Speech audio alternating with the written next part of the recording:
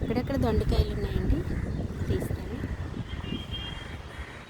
మొన్న తీసిన దొండకాయలతో ఇవి కలిపితే ఒక కర్రీకి సరిపోతాయండి.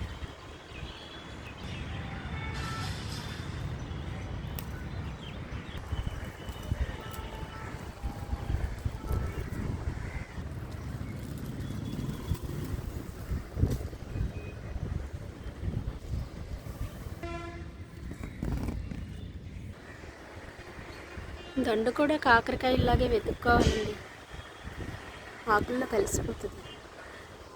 అన్నీ వెతుక్కొని తీసుకోవాలి. చూసారా?